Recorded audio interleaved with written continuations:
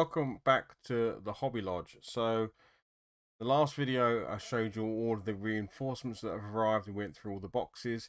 I have now built all of that stuff, so I thought we'd come back and we'd look at it and see it in its completed form. Not painted, but that's the next stage. So let's go through it. First of all, we'll start off with the one that I kicked off with in the previous video, which is the legendary Nikolai Tesla. So let's show him on the screen. There he is. A big lad. There you go, fully built, but not primed. So they're just in the grey resin that they came in. As far as looking, it's a cool looking miniature. Really like him. Really big, really chunky. Looks like a proper end level boss type thing. So looking forward to getting him painted. I may do him first, or I may do him last as a bit of a treat for everything else that's going on. Super easy to build. The resin that these guys have come in, it required very little cleanup.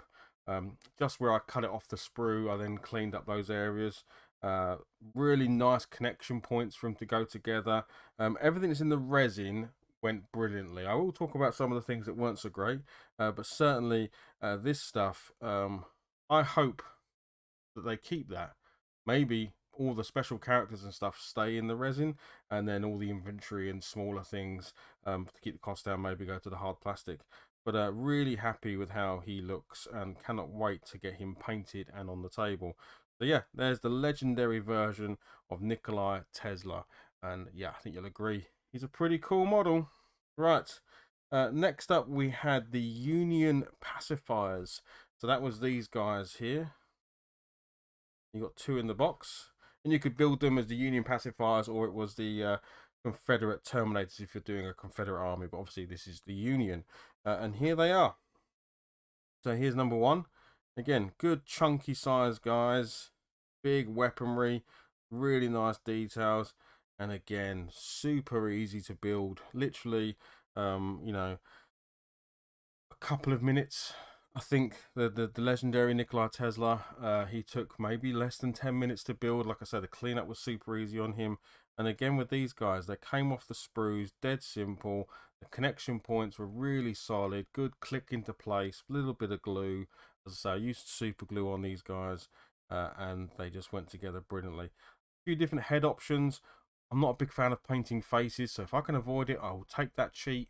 So on these, I went for the helmeted versions. This one's got like a bit of battle damage on his helmet, so that'll be a fun little thing to paint and just sort of, you know, differentiate him from the other guy. And here's the other one with the clean helmet, so as you can see.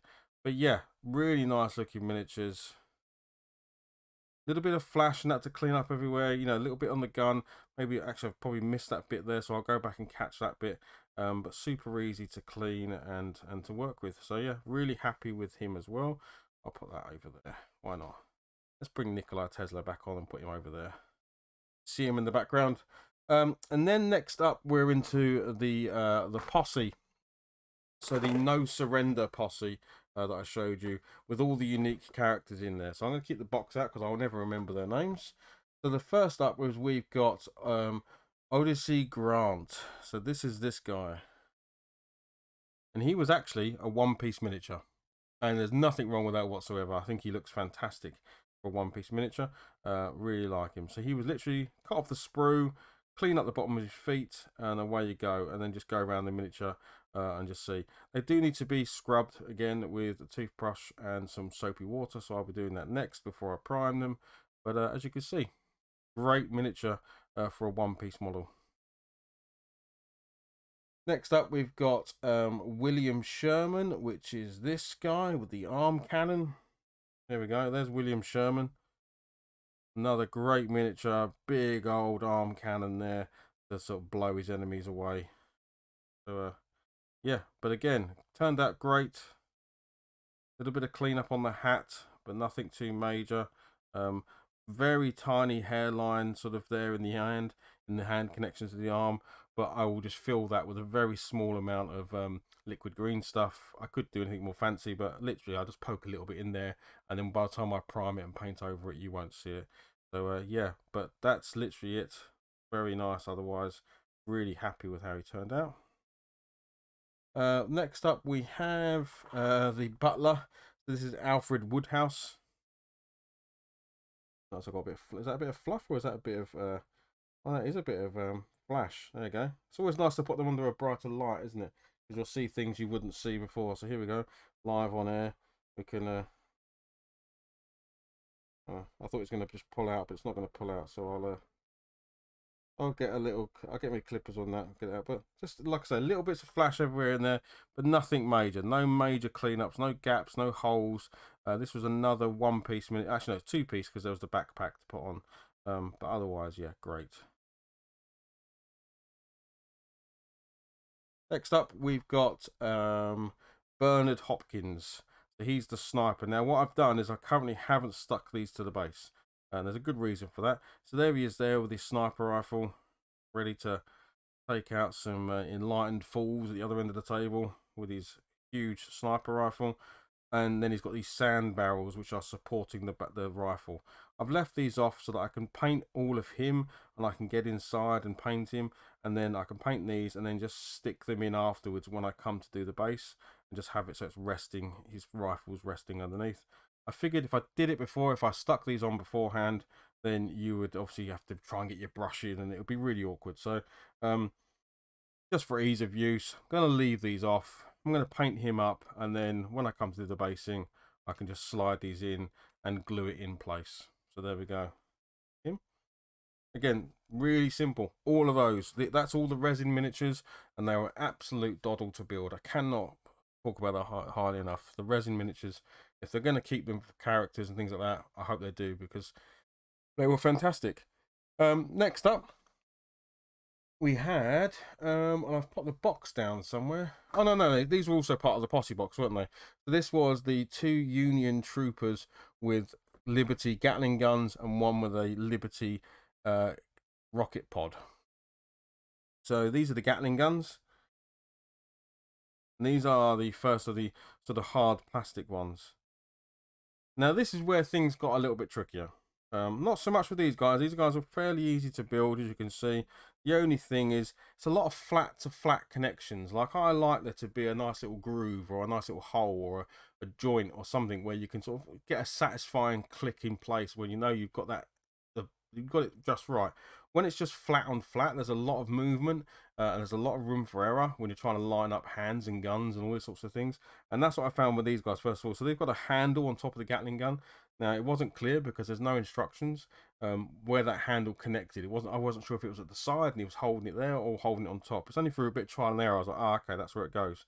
But if you can imagine trying to do that lining up whilst you're holding the arms, keeping them slightly wet with the glue, so you can move a little bits around, it was a little bit frustrating. So these did get done and they're fine, they look great, but it wasn't easy to get them stuck together, and it gets a little bit worse when you come to the infantry.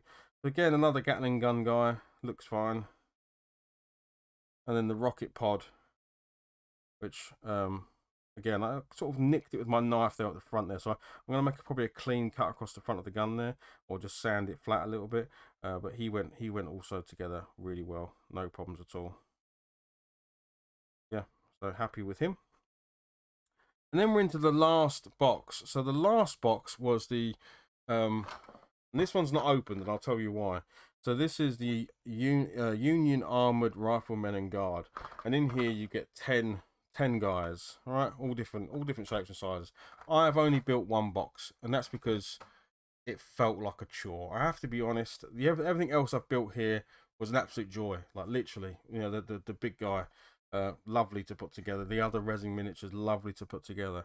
Building these 10 took probably 3 times as long as building the entire rest of the boxes, and I didn't enjoy it. Was felt like a job rather than a joy to build, and it's because of things like really flat connections. There's a lot of wiggle movement when you're trying to stick something together and you're holding it in place, and then you've got to hold another arm, and then you've got to put a gun in. You're juggling it a little bit to try and keep it all together. Now, I don't think I'm a novice. I also don't think I'm the best miniature builder in the world. I'm definitely somewhere in between, clearly. But if I just found it a little bit too fiddly, and there's too many parts. So if I show you some of these guys, let's take this one for instance. You've got torso, 2 arms, the headpiece, the leg pieces, And in some of them, the arms are two parts. There's a hand and an arm. And I think for inventory, if you can produce miniatures like this and this in one or two parts, then inventory should be one or two parts, right? You know, this isn't hard. These things are going to be on the table and off the table in seconds. Maybe keep it a bit more simple. But the nice thing is they are all unique poses. That's nice. For the 10 people in the box, they're all different. So I guess that's the price you pay. If you want mono pose, if you want singular miniatures, then you're gonna get that in your inventory.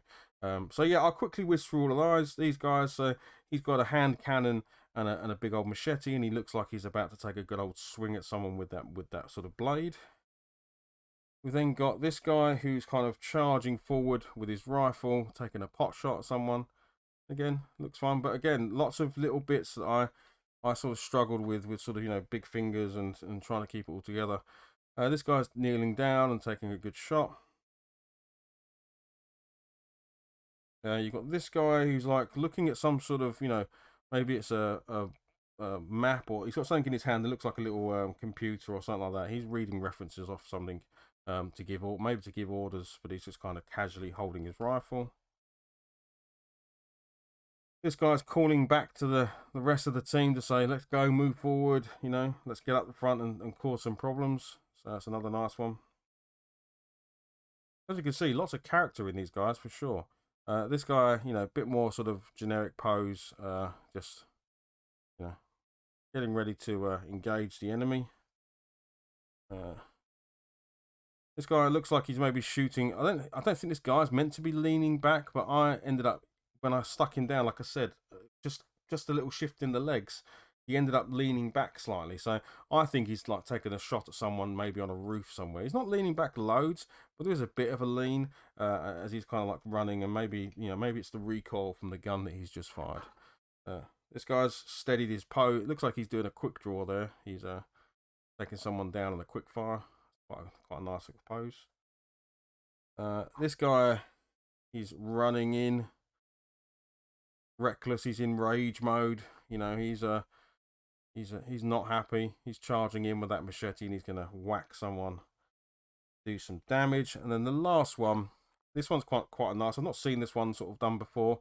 He's running in to hit someone with the butt of his gun. Don't usually see that kind of pose.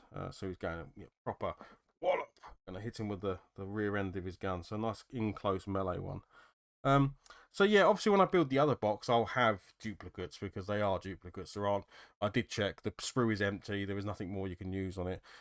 So you know you are going to get some similar ones, but I will build the other ones. But I'm maybe going to, you know, wait for. I need a palette cleanser. I need to do something else and then go back to that box for sure. Because the first one, it did drain me a little bit building these guys. They were a little bit fiddly. But all in all, great miniatures. I absolutely love this one, the legendary Nikolai Tesla. I love these guys here. Basically, all the resin ones are amazing. Amazing miniatures. And I hope these stay as they are, if they can. I know there's always problems with that, but they look fantastic. You know, the sniper guy, the butler, everything was great. Just that unit of sort of, you know, inventory, because you know you're going to end up building a lot of those, and you know you're going to end up building and painting a lot of those.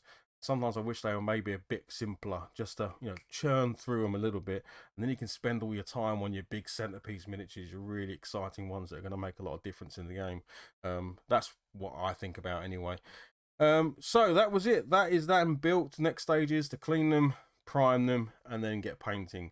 So I'll start doing that. And that'll be probably over on Twitch. So if you fancy coming and watching me paint these things, twitch.tv/The Hobby Lodge, come over there, give us a follow. You'll know when I go live and you can watch the painting. Otherwise, the videos will be uploaded onto YouTube later on. Go over to beastsofwar.com, on tabletop.com, and look at the project system there. You'll see lots of people doing Wild West Exodus projects over there on that platform, and you can get involved with them there as well.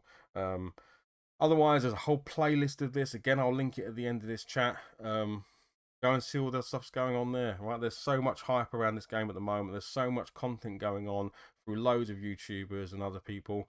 Yeah, if you're interested in weird Wild West tabletop wargaming, there's plenty of content out there to consume. Anyway, hope this was enjoyable. Hope you enjoyed the good look at the miniatures. Yeah, we'll get these primed and start getting some paint on them. All right. Thanks very much for watching, and I will see you soon. Bye-bye. Bye.